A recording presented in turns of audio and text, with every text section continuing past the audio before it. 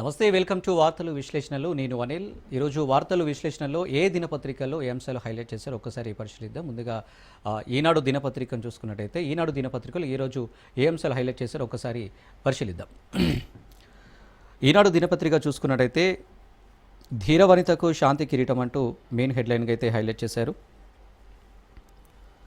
నియంతృత్వంపై పోరాడిన వెనుజులా ప్రతిపక్ష నేత మరియా కొరినా మచాడోకు నోబెల్ శాంతి పురస్కారం.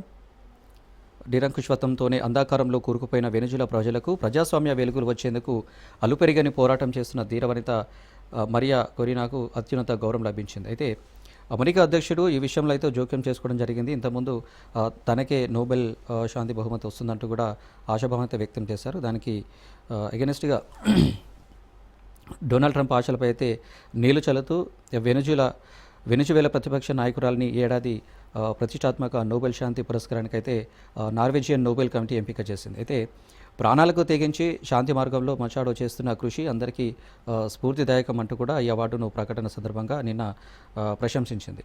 అయితే వెనుజువేలాలో అధ్యక్షుడు నికోలస్ మాడ్యురోలో నేతృత్వంలోని ప్రభుత్వానికి వ్యతిరేకంగా విపక్షాలను ఏకం చేయడంలో ఆమె కీలక పాత్ర పోషించారంటూ కూడా చెప్పుకొచ్చింది. ఇక నానాటికి మరింతగా ముసురుకుంటున్న చీకటిలో ప్రజాస్వామ్య దీప్తిని రగులుస్తున్న ఈ తరుణం ఇదంటూ కూడా ఒక వార్తనైతే మనం ఈనాడు దినపత్రికలో చూడొచ్చు. మరోవైపు ట్రంప్ కలలో కల్లాలై అన్నట్టుగా మరో వార్త చూడొచ్చు. అమెరికా అధ్యక్షుడికి దక్కని నోబెల్ శాంతి బహుమతి అంటూ కూడా ఈనాడు దినపత్రికలో ఒక వార్తనైతే చూడొచ్చు. ఎందుకంటే నోబెల్ శాంతి నాకే వస్తుందంటూ కూడా దాదాపుగా కొన్ని రోజుల సంతి చెప్పుకొచ్చిన పరిస్థితి డొనాల్డ్ ట్రంప్. తన ఆశలు కలలో కల్లలై కూడా ఉన్నట్టు కూడా కనిపిస్తుంది. ఇక నోబెల్ శాంతి పురస్కారం గురించి దాదాపు గతంలో ఎన్నడూ లేనంత ఎక్కువగా ఏడాది చర్చ నడిచిందంటూ కూడా చెప్పుకోవచ్చు. అది కూడా ఎవరిని వరిస్తుందా అని ప్రపంచవ్యాప్తంగా చాలామంది చివరి క్షణం దాకా అయితే ఉత్కంఠంగా ఎదురు చూశారు. అందుకు ప్రధాన కారణం అమెరికా అధ్యక్షుడు ట్రంప్ పలు యుద్ధాలను ఆపానని, నోబెల్ శాంతి బహుమతికి తాను అర్హుడునని ఆయన ఇటీవలి కాలంలో అయితే పదే పదే బహిరంగంగా చెప్పుకొచ్చారు. తనకు తాను డంకా బజాయించుకున్నారు. నోబెల్ కోసం లాబింగ్ కూడా దిగారంటూ కూడా అయినప్పటికీ నిరాశ ఎదురైందని కూడా చెప్పుకోవచ్చు. మరో వార్త చూసుకున్నట్టయితే టీషర్ట్ మేడ్ ఇన్ తెలంగాణ అంటూ కూడా ఒక వార్తను చూడవచ్చు. అంతర్జాతీయ ఓపెనీలో వరంగల్ వస్త్రం దక్షిణ కొరియా దిగ్గజ సంస్థ యంగ్వన్ ఉత్పత్తి షురు. ఇంకా టీషర్ట్ ఉత్పత్తి భాగంలో అయితే మేడ్ ఇన్ తెలంగాణ అయితే నెంబర్ 1 ఉంది. అందులో అంతర్జాతీయ విపణులు అయితే వరంగల్ వస్త్రాధారంగా చెప్పుకోవచ్చు. ఇక కాకతీయ మెగా టెక్స్టైల్ పార్క్ నుంచి విదేశాలకు ఎగుమతులు అయితే జరుగుతున్నాయని ఇప్పటికే $25 మిలియన్ పెట్టుబడి అయితే పెట్టుకొచ్చింది. అలాగే 2029 నాటికి $120 మిలియన్ పెట్టుబడి 11,700 మందికి అయితే ఉద్యోగాలు పొందొచ్చు అంటూ కూడా చూడవచ్చు. ఇక మేడ్ ఇన్ తెలంగాణ సాక్షాత్కారమైన వేళ తెలంగాణ టీషర్ట్ ఇప్పుడు అంతర్జాతీయ దుస్తుల విపణిలో ఆకట్టుకుంటుంది. ఇక దక్షిణ కొరియాకు చెందిన దిగ్గజ సంస్థ ఏదైతే ఉందో యంగ్వన్ వరంగల్ సమీపంలోని కాకతీయ మెగా టెక్స్టైల్ పార్క్లో తమ మొదటి ఉత్పత్తిని అయితే తాజాగా అయితే ప్రారంభించింది. ఇక్కడ తయారు చేస్తున్న ఏదైతే టీషర్ట్లలో 100% ఉత్పత్తులను అయితే విదేశాలకు ఎగుమతి చేస్తుండడం అయితే ఒక విశేషంగా అయితే చెప్పుకోవచ్చు. ఇక అన్నిటి మీద మేడ్ ఇన్ తెలంగాణ ఇండియా అని కూడా ముద్రించి ఉంటుందని కూడా స్పష్టమవుతుంది. ఇక ఈ పరిశ్రమ స్పెషల్ ఎకనామిక్ జోన్ కింద గుర్తింపు పొందింది. పురుషులు, మహిళలు, పిల్లలకు కూడా అనుకూలంగా ఉండే టీషర్ట్స్ తయారవుతున్నాయంటూ కూడా వీటి ప్రధానంగా చలి దేశాలు ఎక్కువగా వినియోగిస్తారు. యోగా ప్యాంట్లు, జాకెట్లు కానీ, స్వెటర్స్ కానీ, స్పోర్ట్స్ డ్రెస్లు వంటివి కూడా త్వరలో ఉత్పత్తి చేయనున్నట్టు కూడా తెలుపుకొచ్చింది. ఇక దక్షిణ కొరియా మన మేడ్ ఇన్ తెలంగాణలో అయితే ఒక కంపెనీ స్థాపించబోతుందంటూ కూడా చెప్పుకోవచ్చు. ఇక మరోవైపు గోదావరి బనకచెర్లపై రాష్ట్ర అభిప్రాయాలు పరిగణలోకి అంటూ కూడా ఒక వార్తను చూడవచ్చు. సీఎం రేవంత్ రెడ్డికి జలశక్తి శాఖ మంత్రి సిఆర్ పాటిల్ లేఖ. ఆంధ్రప్రదేశ్ చేపట్టనున్న ఏదైతే గోదావరి బనకచెర్ల అనుసంధాన ప్రాజెక్టు విషయంలో తెలంగాణ అభ్యంతరాలను పరిగణలోకి తీసుకొని ముందుకు వెళ్ళనున్నట్లు కూడా కేంద్ర జలశక్తి శాఖ మంత్రి సిఆర్ పాటిల్ అయితే చెప్పుకొచ్చారు. ఇక ఈ మేరకు గత నెలాఖరులో ఏదైతే మన తెలంగాణ ముఖ్యమంత్రి రేవంత్ రెడ్డికి అయితే లేఖ రాసినట్టు కూడా తెలిసింది. ఈ ప్రాజెక్టుకు సంబంధించిన డిజైన్లు కావచ్చు, సర్వేలను కూడా చేపడున్నట్లు కూడా ఏపీ ప్రభుత్వం అయితే కేంద్రానికి అయితే ఒక సమాచారాన్ని అయితే తెలిపింది. అంటే గోదావరి బనకచెర్లపై దాదాపు కొలికి తీసుకురానికి ఒక ప్రయత్నం అయితే చేస్తున్న వార్త అయితే చూడవచ్చు. ఇక మరో వార్త పాత విధానంలో ముందుకెళ్ళొచ్చు అంటూ కూడా ఒక అంటే బీసీ రిజర్వేషన్లకు సంబంధించి హైకోర్టులో తీర్పు నడుస్తున్నందున దానికి సంబంధించి ఒక వార్త చూడొచ్చు. ఇక రిజర్వేషన్లు 50% మించొద్దు జీవో 9, 41, 42లపై స్టే ఉత్తర్వుల్లో హైకోర్టు ఎన్నికల ప్రక్రియలో జోక్యం చేసుకోలేదని స్పష్టీకరణ. ఏదైతే ఉందో బీసీ రిజర్వేషన్లకు సంబంధించి ఏదైతే ఉందో దానికి సంబంధించి ఈ స్థానిక ఎలక్షన్లకైతే జోక్యం చేసుకోలేమంటూ కూడా ఒక స్పష్టమైతే తెలుస్తుంది. ఇక బీసీలకు 42% రిజర్వేషన్లు కల్పిస్తూ ప్రభుత్వం జారీ చేసిన ఉత్తర్వులను అయితే నిలిపివేసినందున గడువు తీరిన ఏదైతే స్థానిక సంస్థల ఎన్నికలు నిర్వహించడానికి పాత విధానం ప్రకారం ఎన్నికల సంఘం ముందుకు వెళ్ళొచ్చని హైకోర్టు అయితే పేర్కొంది. ఇక దానికి అంటే 50% మించొద్దని కూడా చెప్పుకొచ్చింది. ఇక స్థానిక సంస్థల కాలపరిమితి దాటినప్పుడు రాష్ట్రం కేంద్రపాలిత ప్రాంతాల్లో ట్రిపుల్ టెస్ట్ నిర్వహించే పరిస్థితి లేకపోతే ఎన్నికల సంఘం అయితే యథావిధిగా ఎలక్షన్లు నిర్వహించుకోవచ్చు. అది బీసీ రిజర్వేషన్కు సంబంధించి 50% మించొద్దంటూ కూడా హైకోర్టు అయితే ఒక స్పష్టమైతే చేసింది. దానికి సంబంధించి యథావిధిగా ఎలక్షన్లు నిర్వహించుకోవచ్చు అంటూ కూడా చెప్పుకోవచ్చు. ఇక మరోవైపు బీసీ రిజర్వేషన్లపై సుప్రీంకోర్టుకు స్పెషల్ లీవ్ పిటిషన్ దాఖలుకు ప్రభుత్వం సన్నాహాలు. ఏదైతే బీసీ రిజర్వేషన్కి సంబంధించి హైకోర్టులో తీర్పు నడుస్తుందో దానికి సంబంధించి సుప్రీంకోర్టు కూడా వెళ్తామనే సమాలోచనలో ప్రభుత్వం అయితే ఉందని కూడా దానికి సంబంధించి ఒక ప్రణాళిక అయితే రూపొందించుకుంటుంది.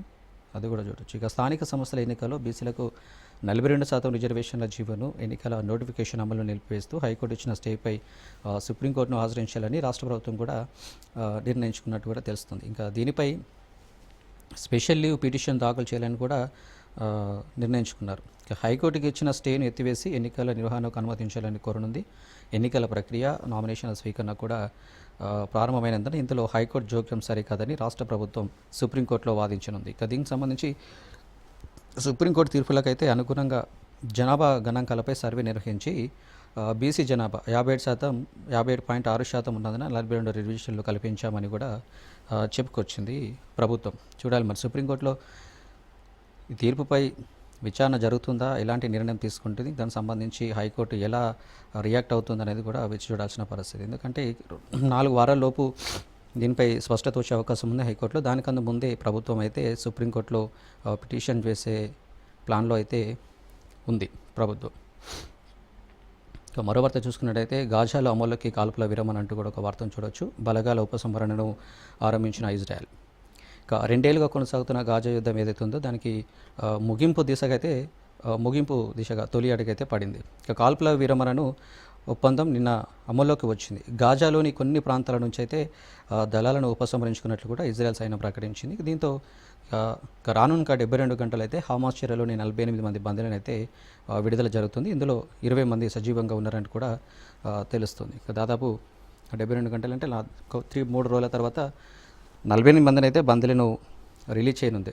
ఇందులో అయితే 20 మంది సజీవంగా ఉన్నారని కూడా తెలుస్తుంది. మిగతా వారి పరిస్థితి ఏంటనేది కూడా చూడాలి.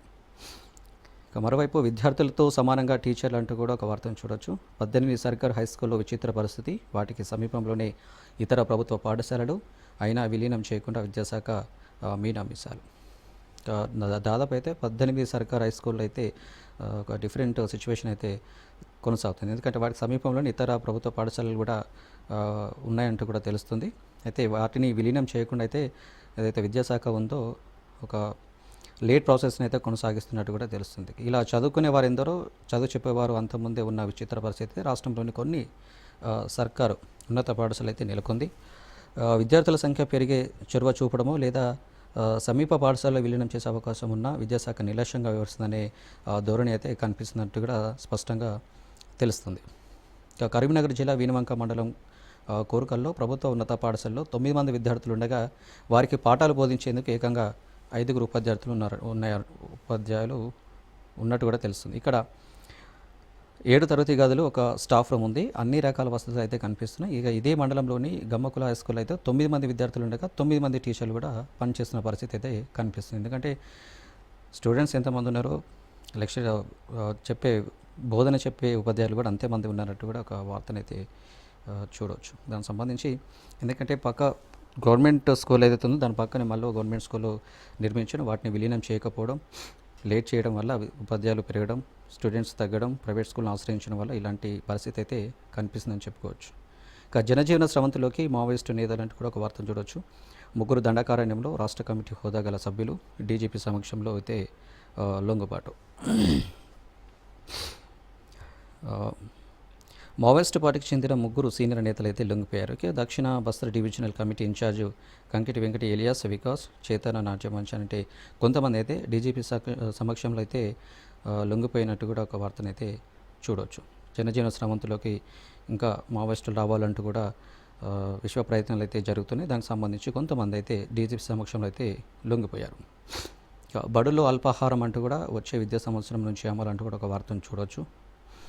రాష్ట్రంలో వచ్చే విద్యా సంవత్సరం జూన్ నుంచి అన్ని ప్రభుత్వ పాఠశాలలో పిల్లలకు ఉదయం బ్రేక్ఫాస్ట్ అయితే ఇవ్వనున్నారు. ఈ మేరకు పాఠశాల విద్యాశాఖ తాజాగా ప్రభుత్వానికి అయితే ఒక ప్రతిపాదన అయితే అందజేసింది. గత నెలలో ముఖ్యమంత్రి రేవంత్ రెడ్డి చెన్నైలో కార్యక్రమంలో పాల్గొన్న స్వచ్ఛందంగా తమిళనాడు తరహాలోనే తెలంగాణలోనూ స్కూళ్ళలో మార్నింగ్ బ్రేక్ఫాస్ట్ ఉండాలంటూ కూడా చెప్పుకొచ్చారు. అది వచ్చే విద్యా సంవత్సరం ఏదైతుందో అప్పటి నుంచి అమలులోకి వస్తుంది. ఇక చూడవచ్చు, ఇది ఈనాడుకు సంబంధించిన అంశాలు అయితే. నెక్స్ట్ దినపత్రిక చూసుకున్నట్టయితే ఆంధ్రజ్యోతి దినపత్రికలో మెయిన్ హెడ్లైన్ అయితే చూడవచ్చు. సేమ్ వెనజువేలా ఉద్యమకారునికైతే నోబెల్ శాంతి అంటూ కూడా ఆంధ్రజ్యోతి దినపత్రిక అయితే ప్రచురించింది. ఇక ప్రజాస్వామ్యం కోసం పోరాడుతున్న మరియా కొరినాకు దక్కిన పురస్కారం. బుల్లెట్లకు బదులు బ్యాలెట్లు నినాదంతో వెనజువేలాలో ఉద్యమం చేసింది. అంటే బుల్లెట్లకు బదులు బ్యాలెట్లు నినాదంతో అయితే వెనజువేలాలో ఒక ఉద్యమమే సృష్టించింది మరియా కొరినా. తర్వాత స్వేచ్ఛాయుత నిష్పాక్షిక ఎన్నికల కోసం అయితే 20 ఏళ్ళుగా అయితే పోరాటం చేసింది. స్వేచ్ఛాయుత కోసం అయితే నిష్పక్షపాతంగా అయితే ఎన్నికల కోసం 20 ఏళ్ళుగా అయితే పోరాటం చేసింది మరియా కొరినా. ఇక నియంతృత్వానికి వ్యతిరేకంగా ప్రతిపక్షాలను ఏకం చేసిన అయితే దిశాలి. అంటే నియంతృత్వ పాలనకు సంబంధించి దానికి వ్యతిరేకంగా ఒక ప్రతిపక్షాలను అయితే ఏకదాటికి తీసుకొచ్చి దాంట్లో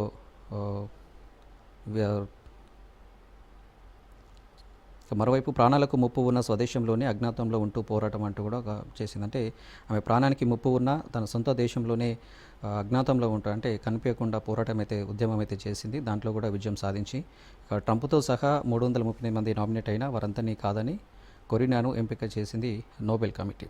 ఎందుకంటే ట్రంప్ కూడా చెప్పుకొచ్చారు, నాకు నోబెల్ శాంతి బహుమతి నేనే అరుగుడినని కూడా చాలా కాలంగా చెప్పుకొచ్చిన పరిస్థితి. దాంతో ఆయనతో పాటు దాదాపు 338 మంది కూడా నామినేట్ అయ్యారు.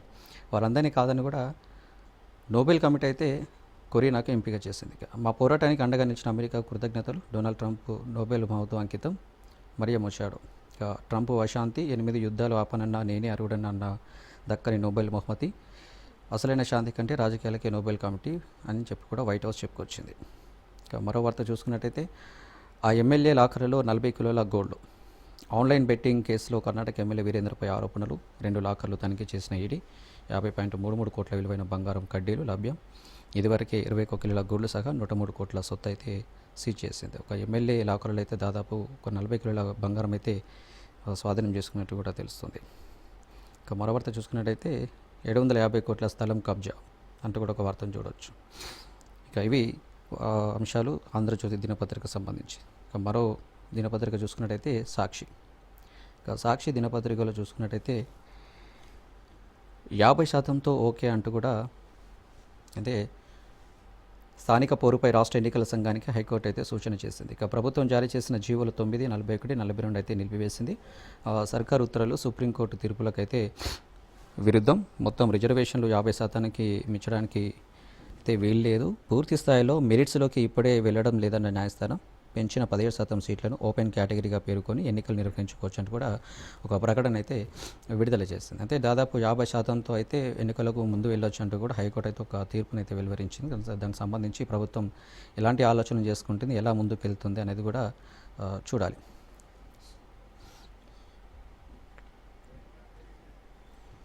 ఇక మరో వార్త చూసుకున్నట్టయితే ప్రజాస్వామ్య గలానికి శాంతి నోబెల్. వెనజువేలా ప్రతిపక్ష నేత మరియా కొరినా మచాడోకి అయితే ప్రతిష్టాత్మక పురస్కారం అంటూ కూడా చెప్పుకోవచ్చు. ఇక అన్ని దినపత్రిక లాగానే సాక్షి దినపత్రిక కూడా నోబెల్ శాంతి బహుమతికి కొరినాకు ఇచ్చిన సంగతి సాక్షి దినపత్రిక కూడా ప్రచురించింది. ట్రంప్కు నోబెల్ నిరాశ అంటూ కూడా ఒక వార్త చూడవచ్చు. 7 యుద్ధాలు ఆపిన తనకే దక్కాలని పట్టు. నోబెల్ కమిటీ నిర్ణయంపై వైట్ హౌస్ హక్కసు. శాంతి కంటే రాజకీయాలకు విలువిచ్చారంటూ కూడా ఆరోపణ చేసింది. ఎందుకంటే వైట్ హౌస్ దాదాపుగా కొన్ని యుద్ధాలు నేనే ఆపాను, చాలామంది ప్రాణాలు కాపాడాను, నాకే రావాలంటూ కూడా ఒక వైట్ హౌస్ అయితే ఒక ప్రకటన అయితే అప్పటి నుంచిలో చెప్పుకుంటూ వచ్చింది. కానీ కేవలం రాజకీయాలకే విలువిచ్చారంటూ కూడా అంటే శాంతి కంటే ప్రాణాలు కాపాడినందుకు, యుద్ధాలు ఆపినందుకు దానికంటే కూడా ఒక రాజకీయాలకే విలువిచ్చారంటూ కూడా ఒక ఆరోపణ అయితే చేస్తుంది వైట్ హౌస్. అంటే డొనాల్డ్ ట్రంప్కు నోబెల్ శాంతి బహుమతి దక్కలేని అక్కస్తో ఈ విధంగా వైట్ హౌస్ చెప్పుకొచ్చిన వార్తలైతే చూడొచ్చు. మరో వార్త, గాజాలో అమల్లోకి కాల్పుల విరమణ ధృవీకరించిన ఇజ్రాయెల్ సైన్యం. శుక్రవారం నిన్న మధ్యాహ్నం నుంచి గాజాలో నెలకొన్న ప్రశాంతత, యుద్ధానికి ముగింపుపై పెరుగుతున్న ఆశలు. దాదాపు అయితే కొన్ని నెలల సంధి గాజాలో దాదాపు ఉద్రిక్తత పరిస్థితి అయితే నెలకొన్నాయి. భీకర దాడుల నేపథ్యంలో చాలామంది అయితే చనిపోయారు. దానికి సంబంధించి కాల్పులకైతే ఒక విరమణ అయితే వచ్చిందని కూడా చెప్పుకోవచ్చు. ఇక యుద్ధం అయితే ముగింపుపై దాదాపుగా అందరి మనసుల్లో ఆశలు అయితే పెరుగుతున్నాయి. దానికి సంబంధించి ఒక వార్త చూడవచ్చు. ఇక మరో వార్త, కాంగ్రెస్లో అంతా గందరగోళం. స్థానిక ఎన్నికలపై హైకోర్టు స్టే నేపథ్యంలో పార్టీ క్యాడర్లో అయోమయం. పార్టీ నామినేటెడ్ పదవులు లేక ఇప్పటికే నిరాశలో నేతలు. ఏదైతే స్థానిక సంస్థల ఎలక్షన్కి సంబంధించి హైకోర్టులో స్టే నడుస్తుందో దానికి సంబంధించి ఎవరైతే పోటీ చేయాలనుకున్న క్యాడర్లు అయితే మాత్రం ఒక గందరగోళ పరిస్థితి అయితే నెలకొందని చెప్పుకోవచ్చు. ఎందుకంటే పోటీ చేయాలా వద్దా, అసలు నడుస్తుందా నడవదా, ఎలక్షన్లు నిర్వహిస్తారా లేదా అనేది కూడా ఒక టెన్షన్ వాతావరణం అయితే ఇటు గ్రామాల్లో పల్లెలు అయితే నెలకొన్న పరిస్థితి అయితే కనిపిస్తుంది. ఎందుకంటే 4 వారాల తర్వాత కూడా హైకోర్టు ఎలాంటి తీర్పు ఇస్తుంది, మళ్ళీ వాయిదా వేసే పరిస్థితులు కనిపిస్తాయా, పోటీ చేయాలా వద్దా అనేది ఒక సందిగ్ధంలో అయితే పోటీ చేసే ఆశావాలు అయితే నెలకొన్న పరిస్థితి అయితే కనిపిస్తుంది. దానికంటే ముందు ప్రభుత్వం ఎలాంటి నిర్ణయం తీసుకుంటుంది అంటే, హైకోర్టులో నడుస్తున్న నేపథ్యంలో దీనికన్నా ముందే సుప్రీంకోర్టుకు వెళ్ళాలా, లేకపోతే గవర్నర్ దగ్గర పెండింగ్లో ఉన్న బిల్లుని దాని గురించి విచారించాలా, ఎలాంటి నిర్ణయం తీసుకుంటుంది అనేది కూడా దాదాపు అందరి తెలంగాణలో పోటీ చేస్తున్న ఆశావాలు అయితే నెలకొంది. 3 ఎకనామిక్ సాధించేలా 3 ట్రిలియన్ ఎకనామిక్ సాధించేది ఎలా అంటూ కూడా ఒక వార్తను చూడవచ్చు. ప్రతి జిల్లా అభివృద్ధి ఎలా సాధ్యం, మెరుగైన జీవనం ఎలా సాధ్యం, విద్య నైపుణ్యాల అభివృద్ధి ఎలా, పాలన పౌర సేవలు ఎలా ఉండాలి, రాష్ట్ర అభివృద్ధికి మీరేం సూచిస్తారంటూ 8 అంశాలతో కూడినైతే ఒక రాష్ట్ర ప్రభుత్వం అయితే సర్వే చేసింది. ఇక తెలంగాణ రైజింగ్ విజన్ 2047 పేరుతో అయితే ఆన్లైన్లో అభిప్రాయ సేకరణ చేపట్టింది. ఇక ఈ నెల 25వ తేదీ వరకు అయితే అభిప్రాయాలు పంచుకునే అవకాశం అయితే కనిపిస్తుంది. అంటే 3 ట్రిలియన్ ఎకనామిక్ సాధించేది ఎలా అంటూ కూడా ఒక పట్టుతో అయితే తెలంగాణ ప్రభుత్వం అయితే ముందులో ఉంది. దానికి సంబంధించిన ఒక కార్యక్రమం అయితే చేస్తుంది. ఇక జనంలోకి రావాలి అంటూ కూడా ఒక వార్తను చూడవచ్చు. మావోయిస్టులకు డీజీపీ శివధర్ రెడ్డి పిలుపు, లొంగిపోవడానికి స్వేచ్ఛాయుత వాతావరణం ఉంది.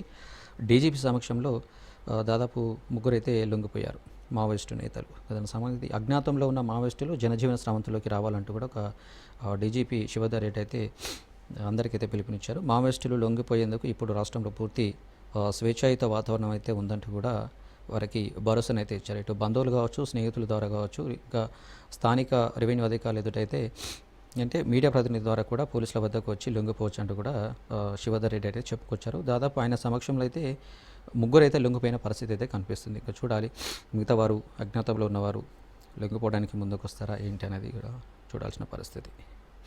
ఇక మరో వార్త, ప్రైవేట్ ఇంజనీరింగ్ కాలేజీలో ఫీజుల బాధుడు అంటూ కూడా చూడొచ్చు. లాబొరేటరీ, లైబ్రరీ, జాబ్ ట్రైనింగ్ పేరుతో వసూలు, డబ్బులు చెల్లించిన రసీదులు ఇవ్వని యాజమాన్యాలు, ఆధారాలు లేకుండా ఏం చేయలేమంటున్న అధికారులు. ఏదైతే ప్రైవేట్ ఇంజనీరింగ్ కాలేజీలో అయితే ఫీజుల మూత అయితే బాగానే ఉందని చెప్పొచ్చు. ఎందుకంటే ఇటు లాబొరేటరీ సంబంధించి, లైబ్రరీకి సంబంధించి జాబ్ ట్రైనింగ్ పేరుతో అయితే బాగా అయితే వసూలు చేస్తున్నారు. దానికి సంబంధించి ఎలాంటి రిసిప్ట్ కానీ లేకపోతే రసీదు కానీ ఇవ్వట్లేదు యాజమాన్యం అయితే. అలాంటి ఆధారాలు లేనప్పుడు మేము ఏం చేయలేమంటున్నారు అధికారులు. సో మోసపోకుండా చూసుకోవాల్సిన పరిస్థితి విద్యార్థులకు ఉంది. సో ఈ అంశాలు సాక్షి దినపత్రికలు అయితే చూడవచ్చు. ఇక నెక్స్ట్ వెలుగు దినపత్రికలో ఈ అంశాలు హైలైట్ చేశారు, ఒక్కసారి చూద్దాం. ఇక వెలుగు దినపత్రికలు బీసీలో రిజర్వేషన్ల హీట్ అంటూ కూడా ఒక వార్తను చూడవచ్చు. ఎందుకంటే హైకోర్టులో నడుస్తున్న నేపథ్యంలో స్టే విధించడంపై బీసీల రిజర్వేషన్ల హీట్ అయితే పెరుగుతుంది. రాజకీయ పార్టీల తీరుపై గుస్సా, 42% కోటాను అడ్డుకునేందుకు తెర వెనుక కుట్రలు పన్నారని కూడా ఫైర్ అవుతున్నారు. ఇక 2 రోజులుగా రాష్ట్ర వ్యాప్తంగా ఆందోళన అయితే జరుగుతున్నాయి. ఇక రిజర్వేషన్ల సాధన కోసం నేడు ఉద్యమ కార్యాచరణ. 13న నేషనల్ హైవే అయితే దిగ్బంధం చేస్తారు. 14 అయితే రాష్ట్ర బంధు. ఈ పరిణామాలు ఎటు దారితీస్తాయని అన్ని పార్టీల్లోనూ ఆందోళన కలిగిస్తుంది. హైకోర్టు స్టేపై క్యాబినెట్లో చర్చ అయితే జరిగింది. ఆ తర్వాతే జీవో 9పై ఏం చేయాలనేది నిర్ణయించనున్నారు రాష్ట్ర ప్రభుత్వం. ఇక సుప్రీంకోర్టులో ఎస్ఎల్పి వేయడమా, హైకోర్టులోనే కొట్లాడడమా, అన్ని రకాల మార్గాలను అన్వేషిస్తున్న ప్రభుత్వం వచ్చే వారం మంత్రివర్గం భేటీ అయ్యే ఛాన్స్ అయితే కనిపిస్తుంది. ఇక రాష్ట్రంలో బీసీ రిజర్వేషన్ అంశం అయితే హీట్ ఎక్కినట్టు కూడా కనిపిస్తుంది. ఎందుకంటే స్థానిక సంస్థల ఎన్నికల్లో బీసీలకు 42% రిజర్వేషన్ కల్పిస్తూ ప్రభుత్వం తెచ్చిన జీవో 9కి అయితే వ్యతిరేకంగా హైకోర్టులో కొందరైతే పిటిషన్ వేయడం జరిగింది. ఇక ఈ క్రమంలో కోర్టు స్టే ఇవ్వడంతో తమ నోటికాడి ముద్దను లాక్కున్నారంటూ కూడా బీజేపీ నేతలు మండిపడుతున్న పరిస్థితి. దానికి సంబంధించి గత 2 రోజులుగా అయితే నిరసనలు, ధర్నాలు అయితే కొనసాగుతున్న పరిస్థితి. దానికి సంబంధించి ప్రభుత్వం అయితే సమాలోచన పడింది, ఎలా ముందుకెళ్లాలనే దానిపైన కూడా. మరో వార్త చూడవచ్చు. కేంద్ర మండతో బనకచెర్లపై ఏపీ దూకుడంటూ కూడా ఒక వార్త. డిపిఆర్ తయారీకి టెండర్లు ఆహ్వానం. ఈ నెల 8 నుంచి అందుబాటులోకి, 22 వరకు గడువు. ప్రాజెక్టు టెక్నో ఎకనామికల్ అప్రైజల్స్ ఆపే ఉద్దేశం లేదని తెలంగాణకు కేంద్రం అయితే ఒక లేఖ అయితే రాసింది. ఇక పీపీఏ సిడబ్ల్యూసీకి ఫిర్యాదు చేసిన రాష్ట్ర అధికారులు వెంటనే టెండర్ల ప్రక్రియ నిలిపివేయాలంటూ కూడా డిమాండ్ చేశారు. అయితే పీపీఏ అధికారులు కాబట్టి, సిడబ్ల్యూసీకి అధికారులు కాబట్టి ఎవరైతే ఫిర్యాదు చేశారో రాష్ట్ర అధికారులు వెంటనే టెండర్లు అయితే ప్రక్రియను నిలిపేయాలంటూ కూడా ఒక డిమాండ్ అయితే చేస్తున్న పరిస్థితి బనకచెర్లపై. ఇక మరో వార్త. H1B వీసాలపై మరిన్ని ఆంక్షలు అంటూ కూడా ఒక వార్త చూడొచ్చు. పలు మార్పులు ప్రతిపాదించిన ట్రంప్ కార్యవర్గం. వీసా పరిమితి మినహాయింపుల అర్హత మరింత కఠినతరం. వీసా ప్రోగ్రాం నిబంధనలను ఉల్లంఘించే యాజమాన్యాలు, థర్డ్ పార్టీ నియామకాలపై కూడా ఫోకస్ పెట్టింది. ఈ నిబంధనలు అయితే డిసెంబర్లో వెలువడే అవకాశం అయితే కనిపిస్తుంది. ఇక అమల్లోకి వస్తే లాభాపేక్ష లేవని సంస్థలు ఇండియన్ స్టూడెంట్లపై ఎక్కువ ప్రభావం చూపే అవకాశాలు అయితే కనిపిస్తున్నాయి. ఎందుకంటే H1B వీసాపై కేవలం ఇండియా స్టూడెంట్లపై అయితే అధికంగా ప్రభావం పడే అవకాశం ఉన్నట్టు కూడా కనిపిస్తుంది. కానీ ఈ నిబంధనలు డిసెంబర్లో అయితే వెలువడే అవకాశం అయితే ఎక్కువ కనిపిస్తుంది. అమెరికాలో ఉద్యోగుల తొలగింపులంటూ షట్డౌన్ నేపథ్యంలో ట్రంప్ సర్కార్ నిర్ణయం. White house budget office director tweet. అమెరికాలో ఉద్యోగుల తొలగింపు ప్రక్రియ అయితే కొనసాగుతుంది. షట్డౌన్ నేపథ్యంలో అయితే ట్రంప్ సర్కార్ ఒక నిర్ణయం అయితే తీసుకున్నారు. ఇవి వెలుగు దినపత్రికలకు సంబంధించిన వార్తలు. మరో దినపత్రిక చూసుకున్నట్టయితే నమస్తే తెలంగాణ. నమస్తే తెలంగాణలో 42% కోటా లేకుండే ఎన్నికలకు ఓకే అంటూ కూడా ఒక వార్త చూడవచ్చు. ఇక జీవో 9పై మధ్యంతర ఉత్తర్వులో హైకోర్టు స్పష్టీకరణ. ఇక అన్ని దినపత్రికలాగానే నమస్తే తెలంగాణ కూడా బీసీ రిజర్వేషన్ల అంశానికి సంబంధించి ఒక వార్తనైతే ప్రచురించింది. మెయిన్ హెడ్లైన్గా చూడవచ్చు. ఇక ఓపెన్ కేటగిరీలో అయితే స్థానిక ఎన్నికలు జరుపుకోవచ్చు. ఇక పాత విధానంలో ఎన్నికలకు అడ్డంకులు లేవు. బీసీలకైతే 42% రిజర్వేషన్లని నిలిపివేస్తున్నాం. స్థానిక ఎన్నికల నోటిఫికేషన్పై అయితే స్టే ఇవ్వడం లేదు. ఎందుకంటే యథావిధిగా ఎన్నికలు అయితే జరుపుకోవచ్చు 50% మించకుండా ఉంటే. ఎన్నికల ప్రక్రియలో మేము జోక్యం చేసుకోవట్లేదంటూ కూడా ఒక హైకోర్టు స్పష్టీకరణ అయితే చేసింది. ఇక 50% పరిమితిని పరిగణలోకి తీసుకుంటున్నామంటూ కూడా చెప్పింది. ఒకవేళ 50% మించి ఉంటే మాత్రం దానిపై ఇలాంటి నిర్ణయం తీసుకుంటుంది. దాని తర్వాత మేము ఏం చేయలేమంటూ కూడా చెప్పుకోవచ్చు. 50% మించకుండా ఎన్నికలు అయితే జరుపుకోవచ్చు అంటూ కూడా ఒక ప్రభుత్వానికి అయితే ఒక స్పష్టీకరణ అయితే హైకోర్టు అయితే ఇచ్చింది. బీసీ రిజర్వేషన్ పెంపునకు ట్రిపుల్ టెస్ట్ తప్పనిసరి అంటే కూడా చూడొచ్చు. ఇక బీసీ కోటాపై ఇచ్చిన స్టే ఆదేశాల్లో హైకోర్టు అయితే వెల్లడించింది. ఇక మరో వార్త. బీసీలకు ద్రోహం, రేవంత్దే దోషం అంటూ కూడా ఒక వార్త చూడవచ్చు. ఇక వైఫల్యాల నుంచి డైవర్షన్కే స్థానిక ప్లాన్. మొండి పట్టుకు పోయి జీవో 9 విడుదల వద్దని వారించిన సీనియర్ ఐఏఎస్లు, కోర్టులో నిలవదన్న న్యాయ నిపుణులు, ఇబ్బందులు తప్పవన్న ఎస్సీఎస్సీ వర్గాలు, అయినా ముందుకు వెళ్ళాలంటూ హుకుం. ప్లాన్ బెడ్స్ కొట్టడంతో కాంగ్రెస్లో ఆందోళన. దాదాపు కోర్టులు అయితే నిలవదన్న న్యాయ నిపుణుల సూచనల మేరకైతే సర్కార్ అయితే వినడం లేదన్న వార్త అయితే కనిపిస్తుంది. మరో వార్త. పట్నాల తెలంగాణ బంద్, కోట దోకాపై బీసీ సంఘాలు అయితే పిలుపునిచ్చారు. 14న వచ్చే వారం మంగళవారం రోజున బంద్కు తెలంగాణ బంద్కు పిలుపునిచ్చినట్టు కూడా తెలుస్తుంది. కాంగ్రెస్ సర్కారు వంచనపై బగ్గుమన్న బీసీలు, పలుచోట్ల నిరసనలు, సీఎం దిష్టిబొమ్మల దహనం, మాట తప్పితే కాంగ్రెస్ సంగతి తెలుస్తామని ఒక హెచ్చరిక అయితే జారీ చేసిన పరిస్థితి. చెల్లని జీవోతో కాంగ్రెస్ దగ, బీసీలకు వాటా దక్కకుండా జాతీయ పార్టీలు కుట్ర, పార్టీలకు అతీతంగా బీసీ సమాజం ఏకం కావాలంటూ కూడా మాట. శాసన మండలిలో ప్రతిపక్ష నేత శ్రీకొండ పిలుపు అయితే ఇచ్చారు. ఇక రేవంత్కు దిమ్మ తిరిగే షాక్ ఇవ్వాలంటూ ఒక ఆర్ కృష్ణ అయితే ఒక ప్రకటన విడుదల చేశారు. ఇక బీసీలను తప్పుదో పట్టించే కుట్ర అయితే జరుగుతుందంటూ కూడా శ్రీనివాస్ గౌడ్ కూడా చెప్పుకొచ్చారు. ఇక సుప్రీంలో పిటిషనర్ల కేవియట్ అంటూ కూడా ఒక వార్త చూడొచ్చు. ఇక బీసీ కోటా కేసులో తమ వాదనలు వినాలని వినతి, హైకోర్టు స్టేపై అప్పీల్కు రాష్ట్ర ప్రభుత్వం సమాయత్తం, కేసులో న్యాయపరమైన అంశాలపై సంప్రదింపులు అంటూ కూడా చూడొచ్చు. ఇక మరో వార్త, స్టాలు ఖాళీ, రియాలిటీ కంగాలి అంటూ కూడా నరకేడు ఆధ్వర్యంలో అట్టాసంగా ఏర్పాటు చేసిన ఎక్స్పో సందర్శకులు లేక విలవిలపోయింది. ఇక ఎక్స్పోను ప్రారంభించిన డిప్యూటీ సీఎం బట్టి విక్రమార్క మాత్రం రాష్ట్రంలో రియల్ ఎస్టేట్ దూసుకుపోతుందని చెప్పగా అందుకు భిన్నమైన దృశ్యం సదస్సులో కనిపించింది. ఎందుకంటే కొత్త రియల్ ఎస్టేట్ ప్రాజెక్టుల గురించి ఏర్పడిన ఆర్టీసీ ఎలక్ట్రికల్ షాక్ అంటూ కూడా ఒక మరో వార్త చూడవచ్చు. ఇక కాంగ్రెస్లో జూబ్లీ హీట్, పార్టీలో అగ్గిరాజేసిన పారాచూట్ అభ్యర్థికి ఎంపీ అంటూ కూడా ఒక వార్తనైతే మనం నమస్తే తెలంగాణలో చూడవచ్చు. ఇవి అంశాలకు సంబంధించి అన్ని దినపత్రికల్లోని వార్తలు. ఇక ఈరోజు వార్తల విశ్లేషణలకు సంబంధించి అన్ని దినపత్రికలో అంశాలైతే పరిశీలించాము. ఇవి వార్తల విశ్లేషణలు. చూస్తూనే ఉండండి రాజ్ న్యూస్.